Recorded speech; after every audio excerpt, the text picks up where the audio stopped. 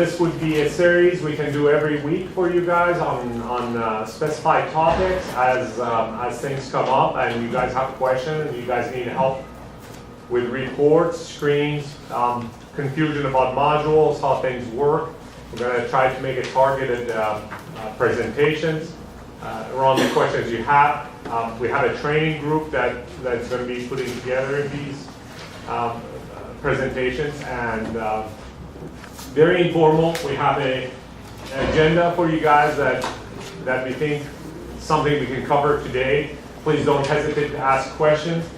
But if you could have all your questions written down, so while you're going through it, you don't forget when we get to the end or we get to the point that we have a break.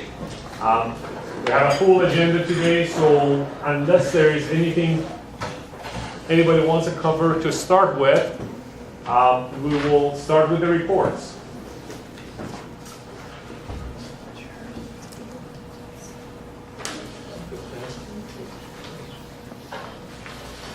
For the first one, we have a report called Test Report. This is useful to you guys in a couple of different ways. You can get a name of all the tests that we have in the system that is currently active. You can also get a, I'll just run through it based on the agenda. So the first one I'm going to look for is a name list. You can filter this by your section name, so if you want to just see the tests that are in asbestos versus everywhere else. If you leave it blank, it will give you tests across the system. You can also filter by a test name. If you are interested in just an ammonia test, you can see that as well. Let me run the report.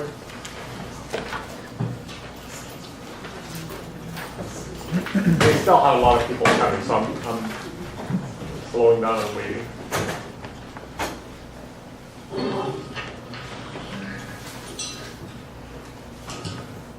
So I'm going to run the report for all the sections, for all the tests, and I don't need to waste it on the paper. I can say I want to see it in PDF, which is where I chose the view in PDF.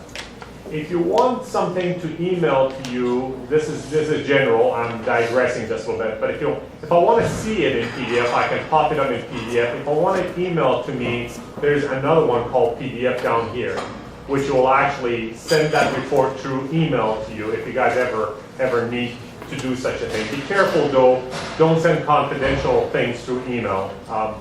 Report list, that's not a problem, but not confidential stuff as you guys go through. So I'm going to narrow it to a section. I'll do air quality Iowa City, and I'll say run report. And I don't have anything in this section. All right.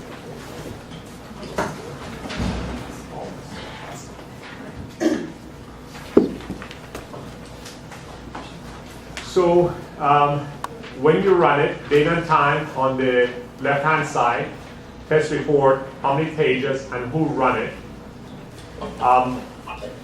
The section, the test, the method, and the description of the test, and it lists it.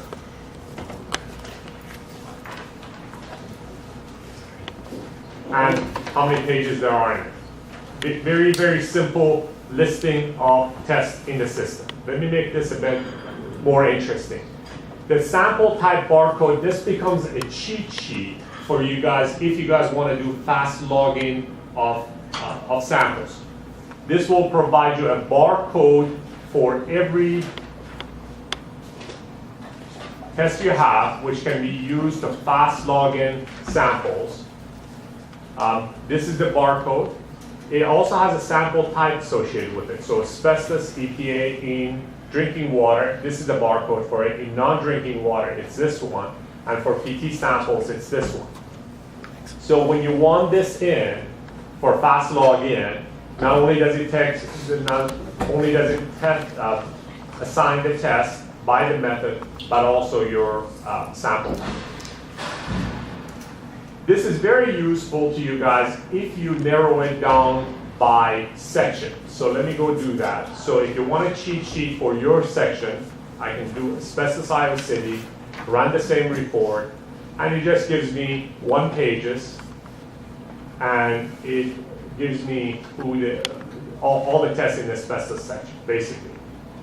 And I can, if I'm fast logging samples or quick logging samples, I can use this to quickly log in my samples.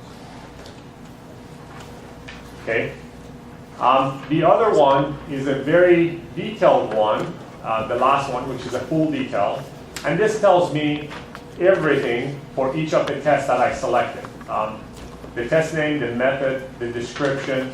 It tells me what type of samples this test works on, what the analytes are, and what the validation process for each of the analytes that you specify. So for asbestos, it says result 1, result group 1. This result group 1 is tied to this one, right here.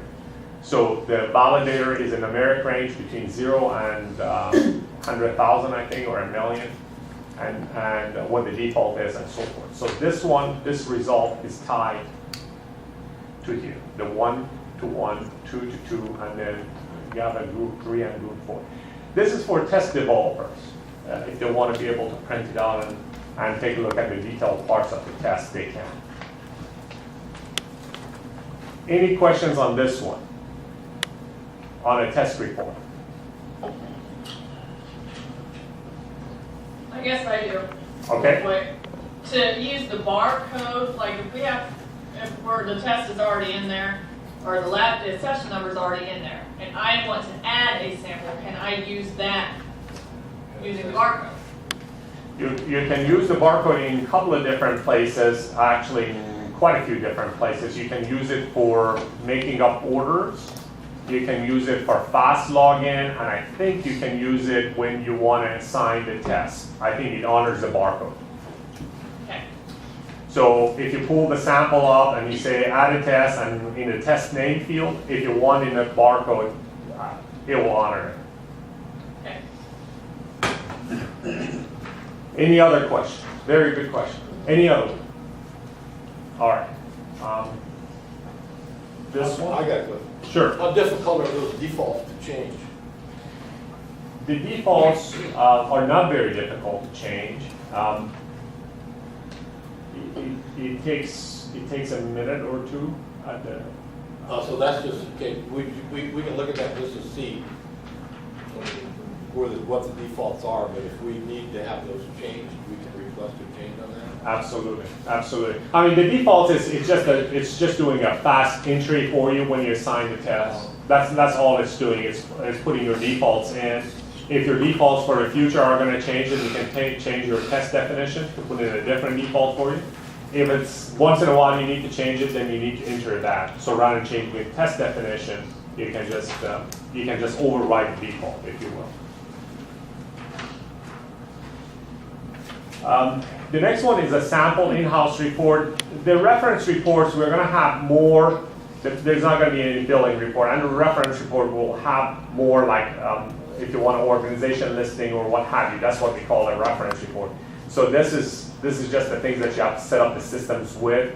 We didn't find a lot of paper use for various things. So if you guys have additional reports that you wanted, it's not mining the data, it's just like listing your organizations or listing your QAs. So that's one of the outstanding reference reports that is waiting in the queue. They want a list of all the QA events just to print out as a reference material you guys can look at. So additional reports will come here. The summary reports actually goes through the database and gets a lot of information out of your sample or what have you, number of tests from the system. And we'll start with the first one. It's your sample in-house report. A very simple report. It gives you a listing of all the samples, and I'm using the production system, so I'll go back from 1st of March to, let's go back to the 8th of March. I can, again, if I want to narrow this list by my section, I can do that. If I want to look at it for a test, I can do that. I can also look by analysis status, give me all the ones that are logged in. So I'm looking back, that is still logged in. So I'm looking at all the logged in samples between these two pair of dates. And I can select multiples. I can say, give me all the ones that are logged in. And I can hold the control down and say, and all the ones that are initiated. See, it highlighted 2 things for me. So I can look at multiple statuses. And if I click on it without the control, it just selects the one that I want. So that's a pretty easy one. You can also do the same thing with tests. If you want to look at 2 tests, you can. You can narrow it down by project, and you can narrow it down by one organization.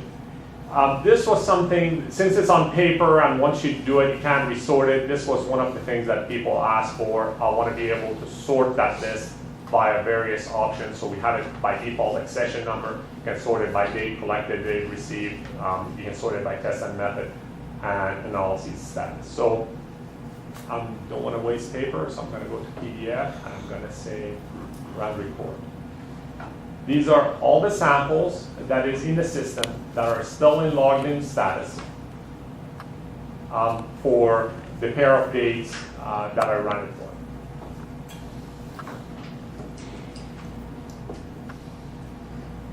So it hasn't been initiated, and it kind of lists your test and that. Any question on this one?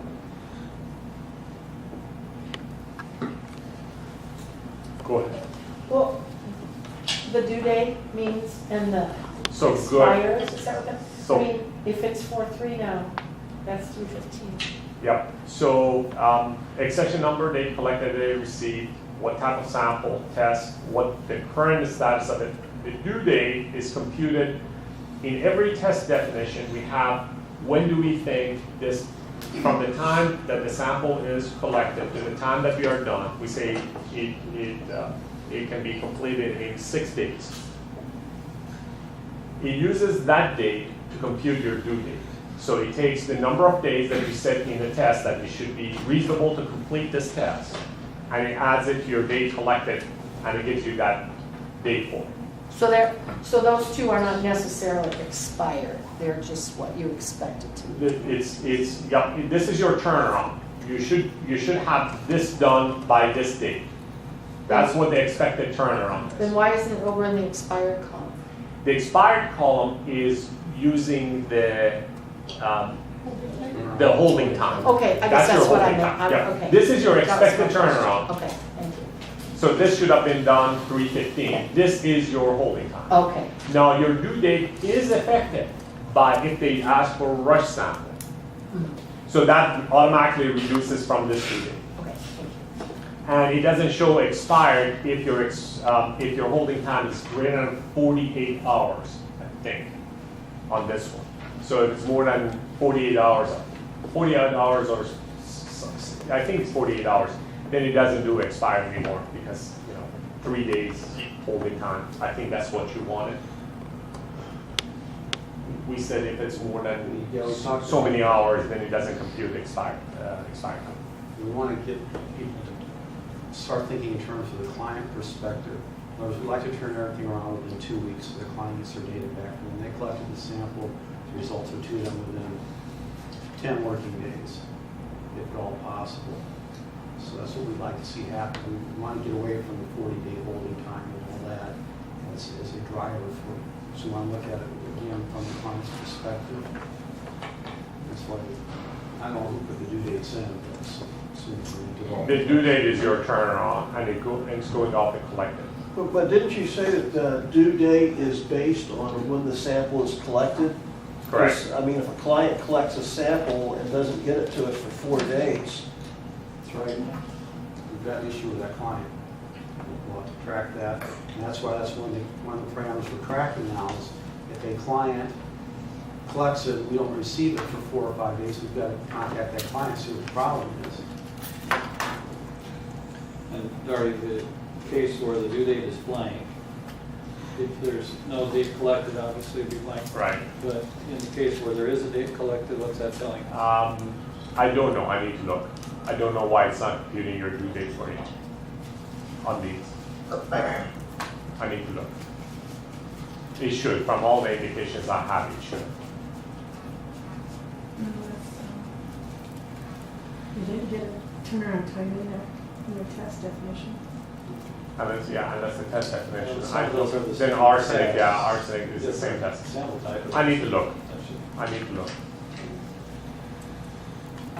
they should compute the due date for you. Any question on this report?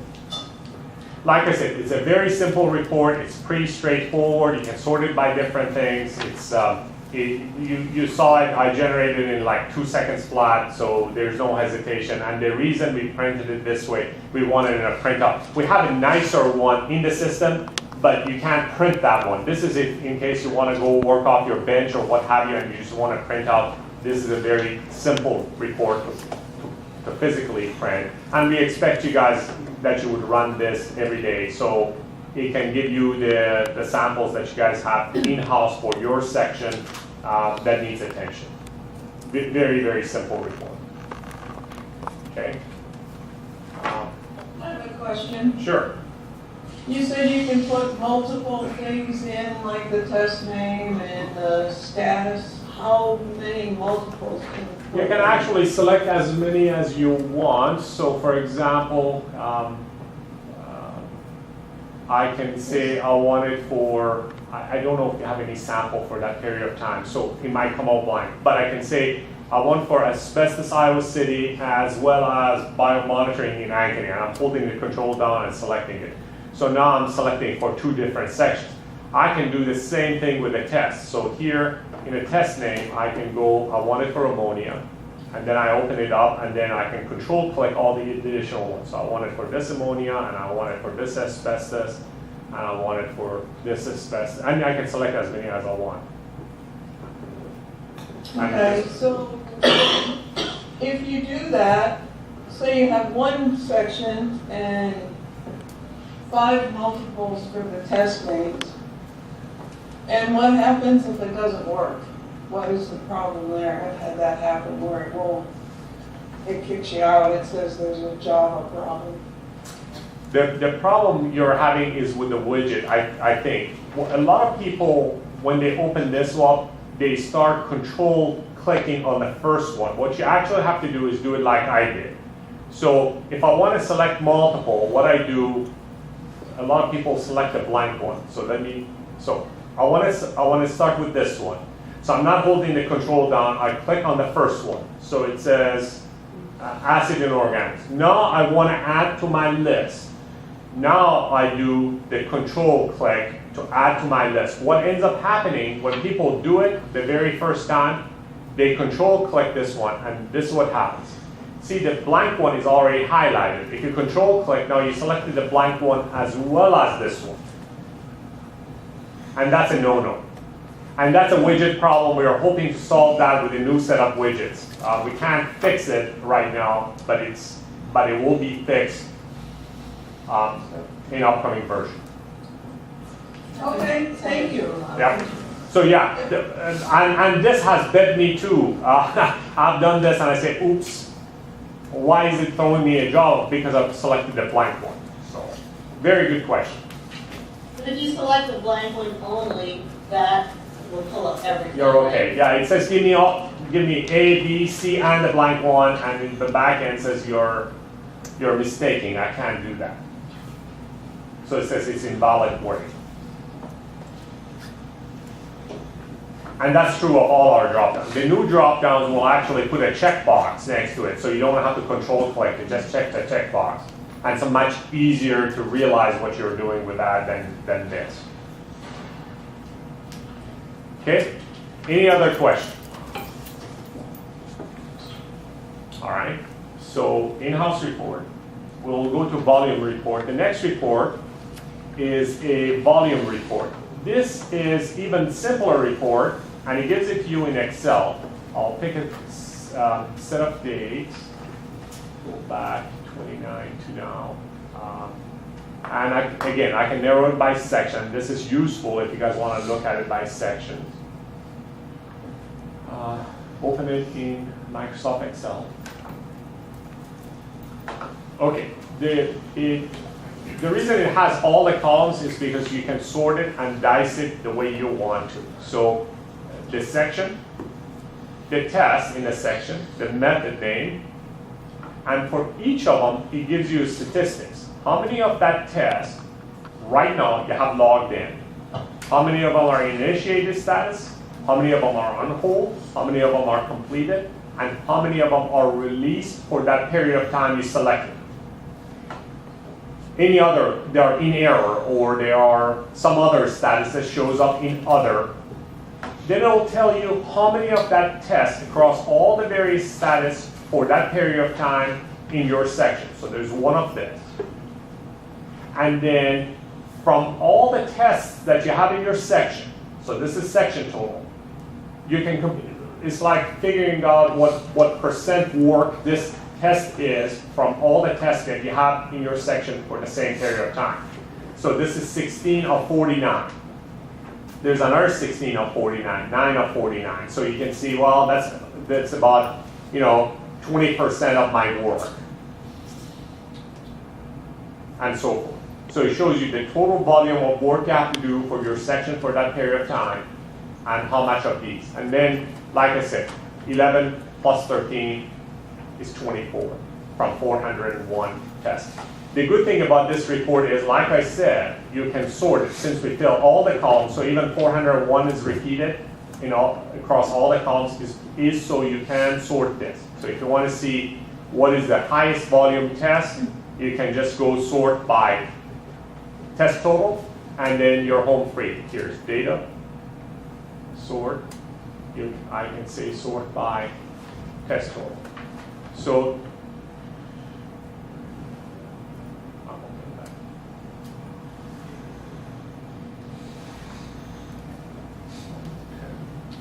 it's sorted by character. Why should I say by number?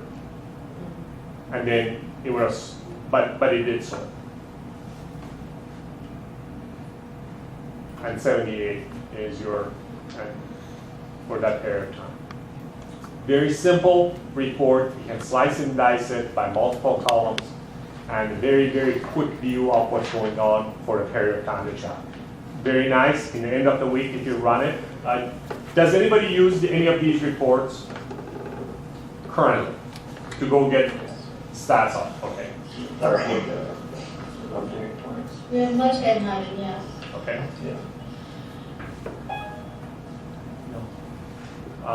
And like I said, some of these reports, even, okay, that was nice. I must have clicked on close all browser windows. Okay. I've done that too. When multiple pages are open, sometimes I don't pay attention.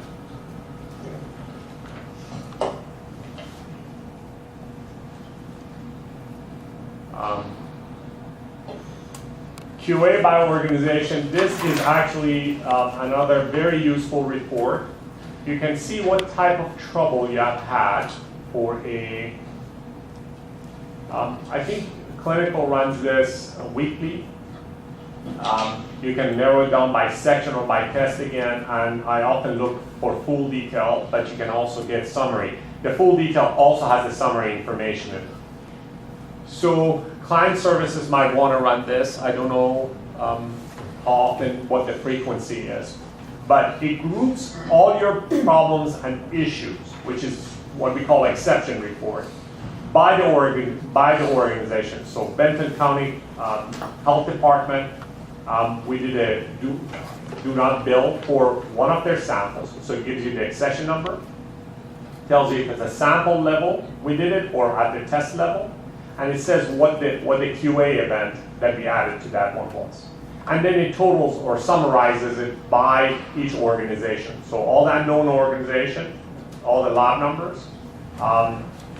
This was a sample level QA event. This one was at the analyses level. And like I said, it totals it by organization, and then it gives you a grand total.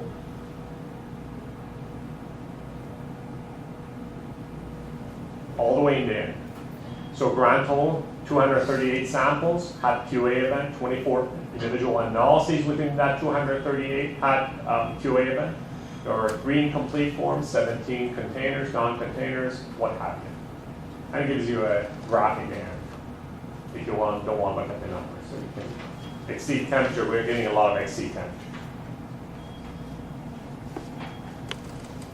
really, this used to take us a lot of time to have to write it in the notebook in the end of, a month or 2 months or 3 months, go tally all these up or not do it at all. These are the benefits you get by adding QA event to each sample. Not only is it much nicer in terms of you not having to add a lot of comments to things, but also you can get reports in the end of the month that'll provide you these information in a click of a button. Any questions about this report? Man, either making sense or people are falling asleep. Summary. Another report turnaround. I remember Mike trying to pull my hair out for some of these stuff, which we couldn't do. I'm going to run it for a month.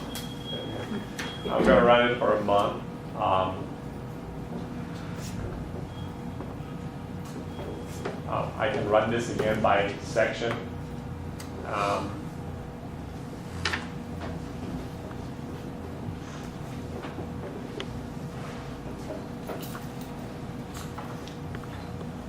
For each test, it tells you it has statistics for 4 of them. It tells you minimum, maximum, average, median, and 1 SD of time lapses between these two codes. So this is collection to release, receive to release, receive to completed, completed to release, ready to completed, and collected to receive. And then it graphs off everything for you. Now there are some outliers in this because we do some PT samples and others, but it is giving you your average turnaround time. And the numbers are in terms of days and hours. So you don't have to divide by anything. So on average, it took us 9 days and 1 hour was our minimum for this test. And 15 days and 15 hours was the maximum for this one. On average, we did it in 10 days and 16 hours. And the median was close to 9 days, sorry. With a variation, so collection to release. So that's your turnaround time. And you can go through all your tests this way. The graph is on the statistics right here, and it's not comparable to a graph underneath it. It is a simple, if you don't want to look at the numbers here, it's a very nice way to get a representative of what you're looking at without having to sort the numbers in your head and look at it. What did you mean it's not comparable to the? It's not. The scale on this one is different than the scale from this one. If I wanted to scale everything, then one of them would be almost a flat line and the other one would be huge. So we scale it just based on these numbers for each of them. And we are writing another one for turnaround report that will let you graph tests over time. So you can graph your performance over time. And we are going to make it so you can pull the outliers out of that one. It will actually give you all the stats and you say, I don't want this one, this one, this one, samples involved, and so it can graph it for you. But that will be by test. It's like when you guys chart your QC, it will do the same thing, chart your tests over time. Any questions?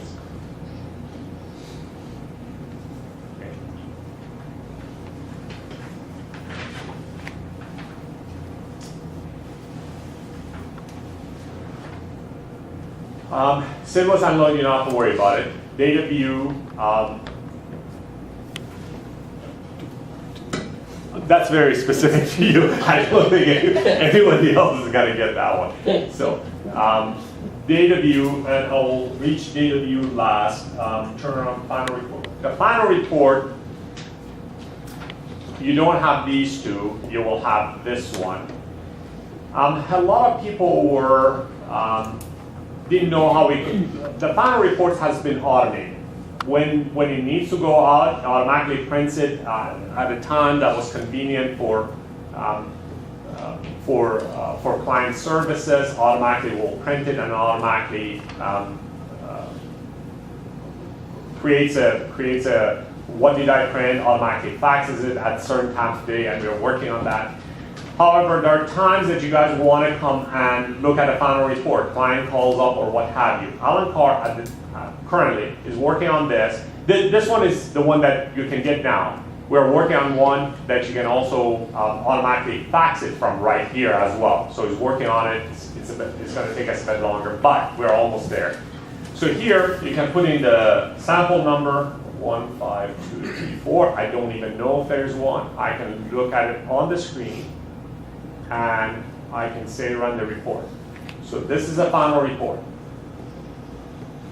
as the client would see it.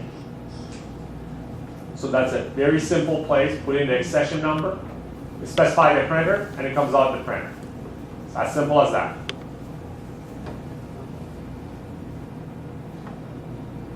Any question on this one? That's right. The sample's still logged in.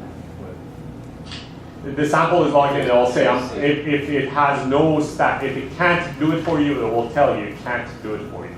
So do we have a sample from like today? I'm sure I can get one.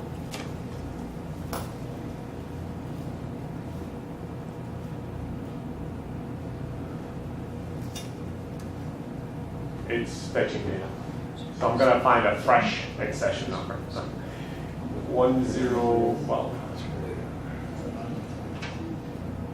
23,398.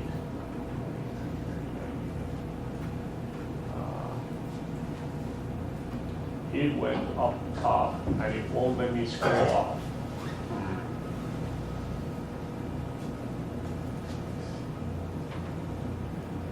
It scroll underneath because I dragged it too far up and now it won't let me get to it. How do you fix that? It's the problem is the widget. There might not be a way to fix it. You have to log out and log in. Yeah, I'll do that.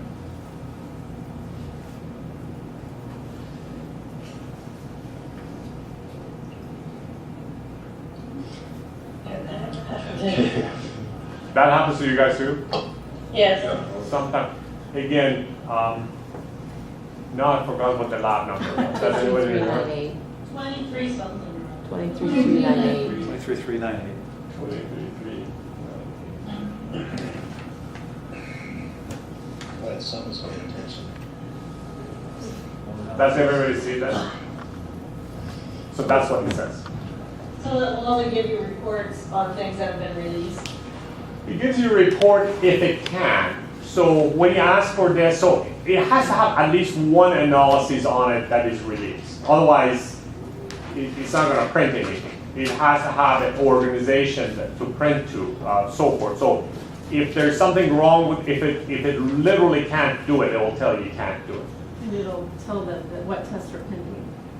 And for a final report, one of the changes that we have done in the final report, 1, 5, 2, I'm hoping that was.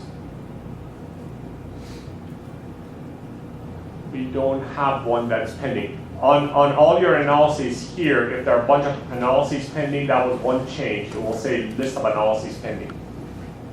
So they know, so if it's a partial report, which is what, you have 4 analyses on it, but you're getting one of them or 1 or 2 of them are done, it will give you the list of the ones that are pending.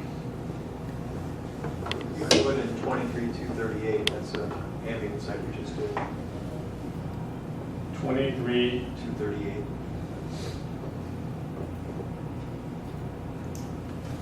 Right here, very good.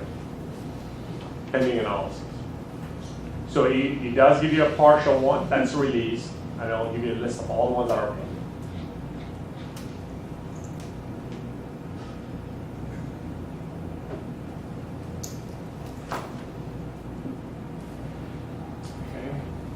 Like I said, faxing is coming. Watch out for that one. The last one that we wanted to spend the most amount of time on was any questions up to now?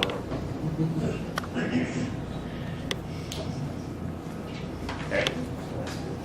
The last one that we wanted to spend time on was data view.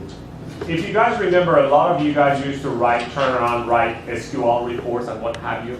And this system is way too complex to write SQLs. You would have to write a lot, and some of the stuff you really couldn't do. Plus it was tedious, everybody had to learn SQL and they wouldn't get the same stuff. So what we are trying to move away from is either write reports that would do what you want to do, or provide ad hoc reporting through this called data view.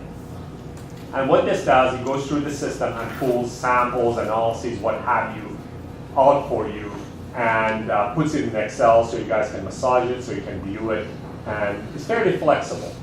So the first one, the first screen, when you open this up, the first tab that you come to is the things that you can search by. So you can search by a test name or several test names, test method. Whether you want to exclude the ones that have been rejected for one reason or other. So we have QA events that are called overrides results. So if you want to exclude those from your search, you can search by status. And this is all the things that you do in analysis. So if you want to look at a set of release analyses for a period of time, you can do that. If you want to search based on a group of accession numbers, you can specify accession number from to. A lot of them have from and to. And between date sample was collected, received, or be entered in the system, you can narrow it down by a project. And if there's a specific client reference, for example, you have what would get put in a client reference that would be common between a bunch of samples. A project, like a sub-project. Sub-project code or what have you. And then if you want to narrow it down to a specific client, you can do that. You can say, I really don't want to dive down to the results. So you can say, I want to exclude the results. So it pulls up sample information, what have you at this level. And then if you don't want to look at the auxiliary data, I'll show you what those mean. So what would be a set of samples that have been, well, we can go, what test would you guys want to take a look at? Throw me a test. We can look at ammonia. Or ammonia. Like this? Okay,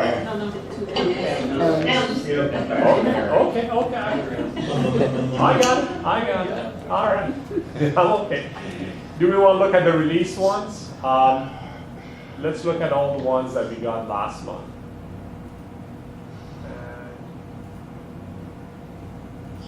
Okay. And no other search criteria.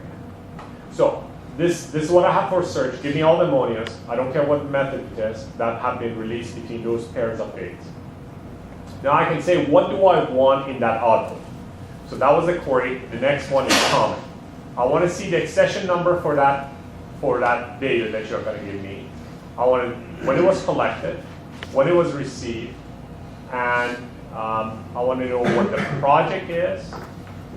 For the organization that's linked to this, I want the name of the organization and the city of the organization. And then I want to know what sample type it was. I don't think I'm interested in anything else on that one. I want to see the test name, the method, the test and method, whether it was reportable or not, and what unit. Anything else I want to see, guys? Status? I can ask for status.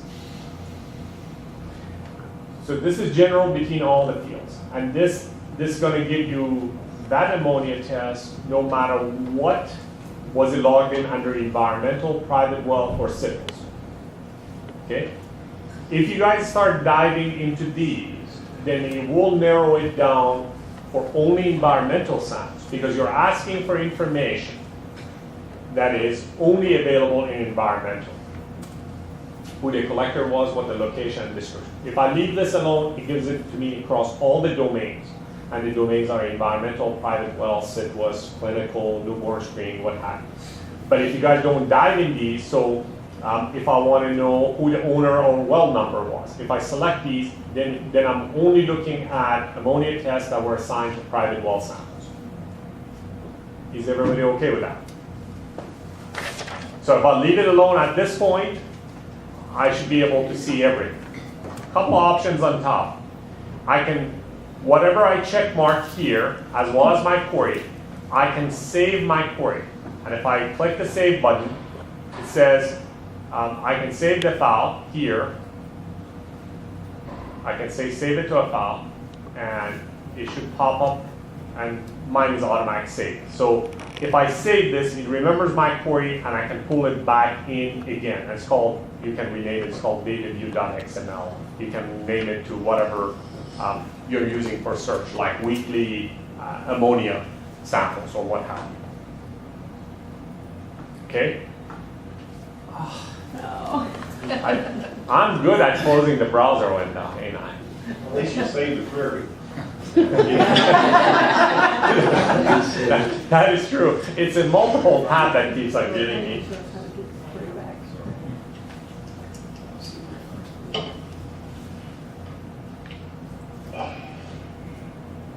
Yeah, that was very good. And yep. This my documents. Laundry. So right there. Mine is automatic. This browser is set up to automatically save all this stuff there. You can actually tell it to ask you. So this is all got loaded. And then all the checkboxes I made is loaded as well.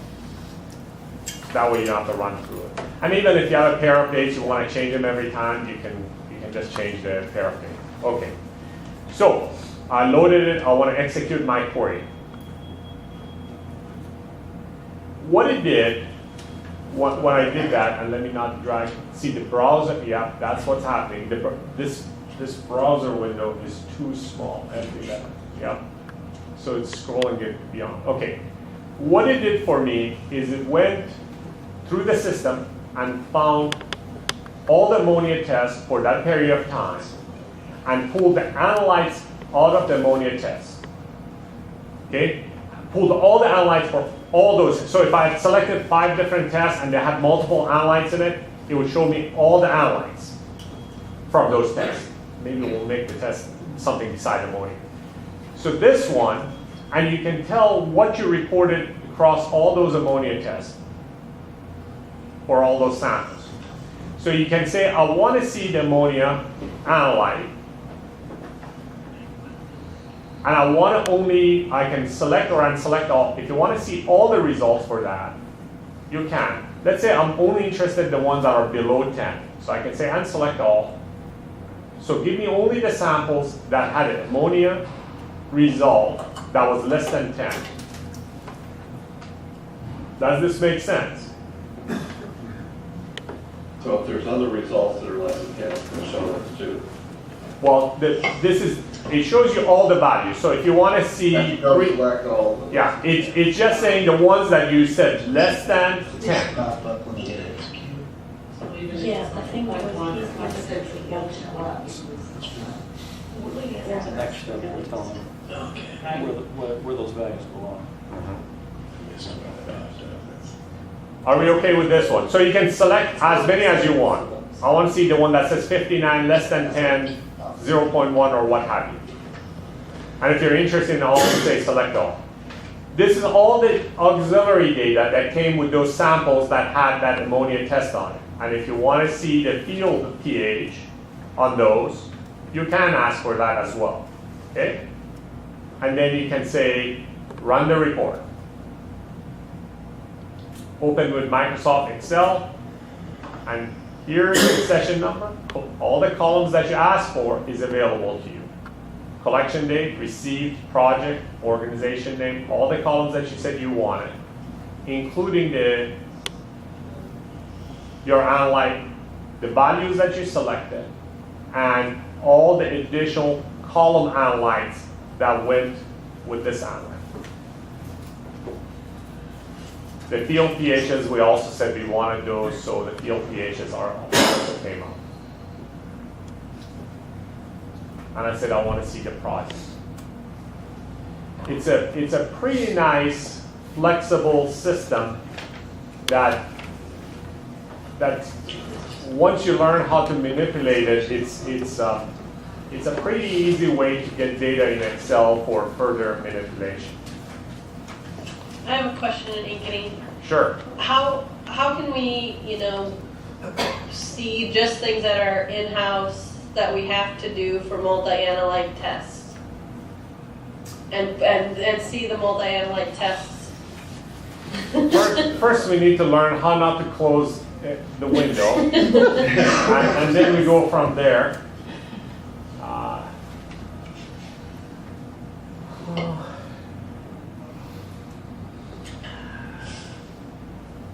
Thank God I'm not an analyst. That was strange. We've all done it often enough that we. Probably. Okay, let's go to report, to summary, to data view. These two check boxes. Let me load my query.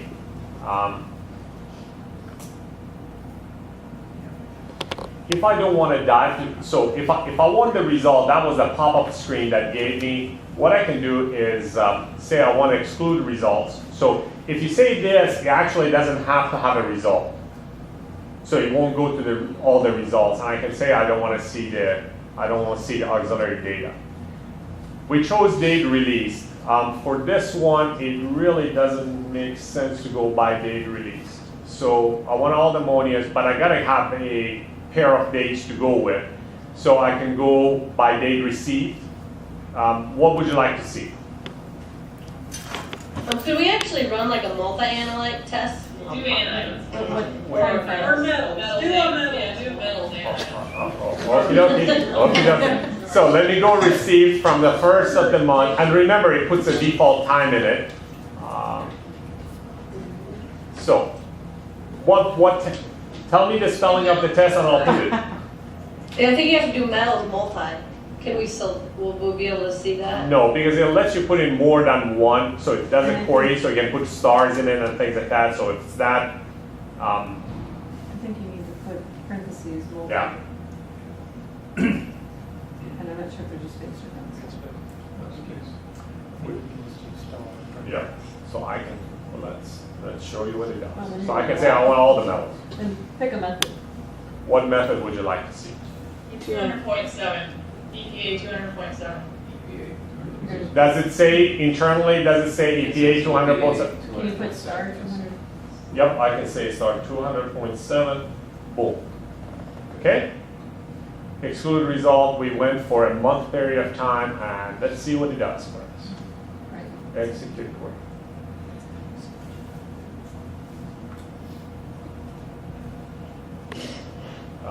Okay. I was hoping I don't close the window. So, accession number, date collected, received, the project, organization name, all the columns might not make sense for you. City, sample type, test, analyte, reportable, and unit. But does it tell you though what that multi-metals is? What's needed under that? Because can you select test in there and get the tests? That is the test. Right, we're wondering if like there's a way we could see if it needs cadmium, chromium. Is there another button on our? Then they have to have a result. So no, you can't see pre-one. Again, this is for pulling the data that you have out of it. You can tell you the test that you have in the system with all the columns that you want, but if you want to dive to a result, then it has to have results. That other report we did And earlier. a checkbox is not a result. Which one that does have That it? other report that, I can't remember what is it called? Test report. Yeah.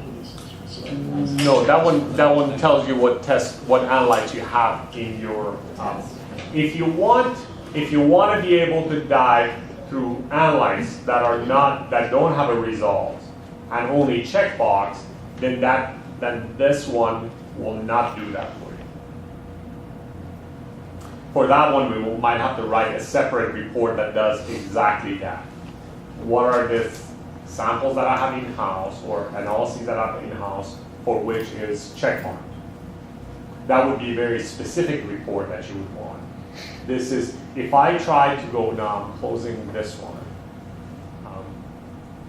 Closing this one. If I say I do want to see the results, then they have to have a result for that to happen.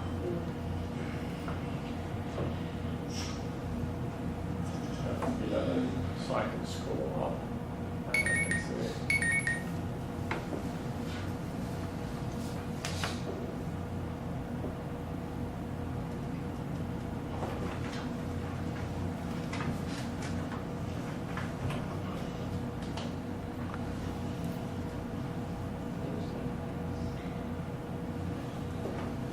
It'll only pull up when there's a result for Yeah, something. yeah. Otherwise, this report would not be that useful to you if it pulled all the blank ones as well. Actually, it would be. Yeah, it would. Yeah. That's what we're really That's what we wanting. need. For the one, for the instance you're thinking about, yes, but No, the in-house report doesn't do that either. This would be helpful if we could just pull them up as logged in status. you Like that, it shows us all the multi-test. what needs- you can go logged in status. It just will not give you empty results. You can go for the ones that are It won't pull up just what's selected either, it will pull up everything. that's It right. won't pull up this report. That if it's marked Right. yes. It won't differentiate, it will just pull up everything. This is pulling up all the analytes that you said you have a value for which. Is it marked reportable, the column? Well, for results, I think it is. For analyses, it's Yeah. not. Yeah. For results, it also has to be reportable, because this is meant for you guys to dive in and see what results you have done or what have you, and be able to have flexibility of the columns that you want to pull on. Again, like I said, for what you guys want to do, I think a different report will actually serve you better than this one. And I think it's going to be a Where's that simpler. report be? Well, you have to request for it, we have to design it Okay. and build it, yeah.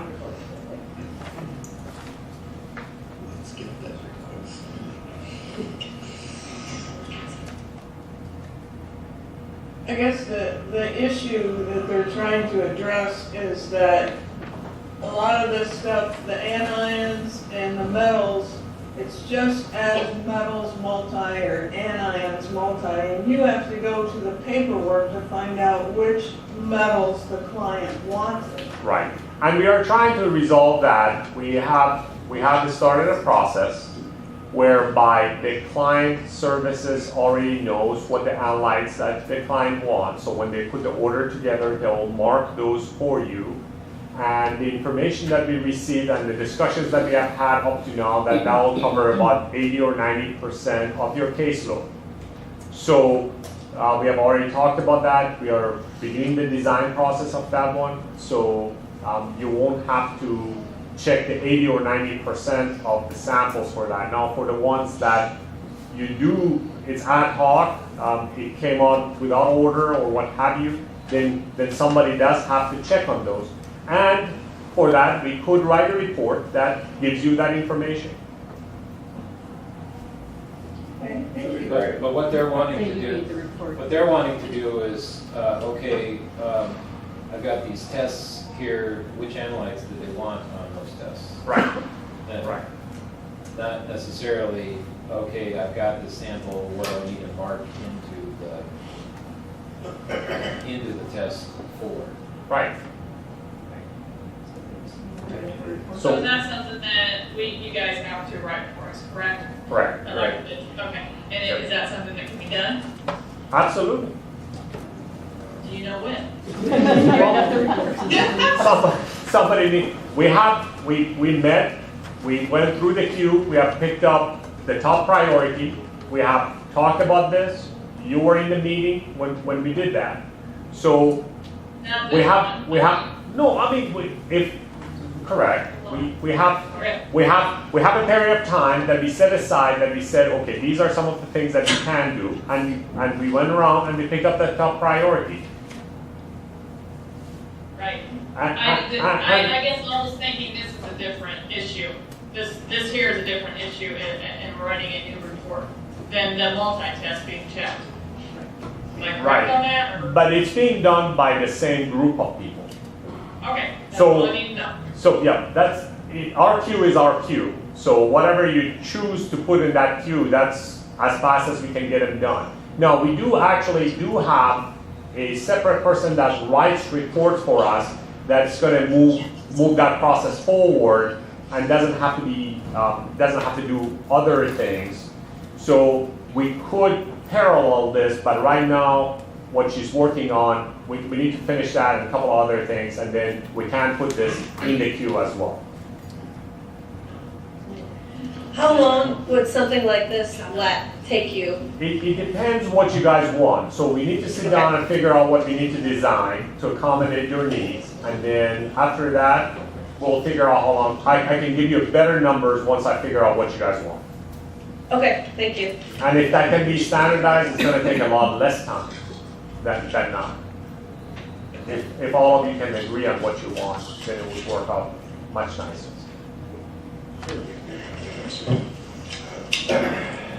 We are at 11 o'clock. Any questions? I have a question. Are these targeted training useful to you guys or not? Because we're going to spend quite a bit of time doing this, and we want to do it only if it's useful to you guys. If this is a waste of an hour of your time, then we don't want to waste your time or anybody else's time.